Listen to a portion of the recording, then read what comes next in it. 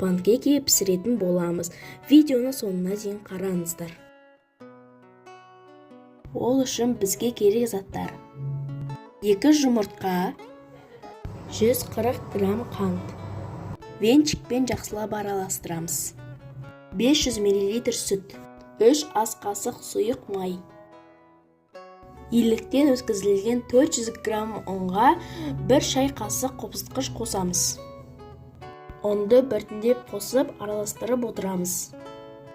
Түйіршіктері болмайтындай жақсылап араластырамыз.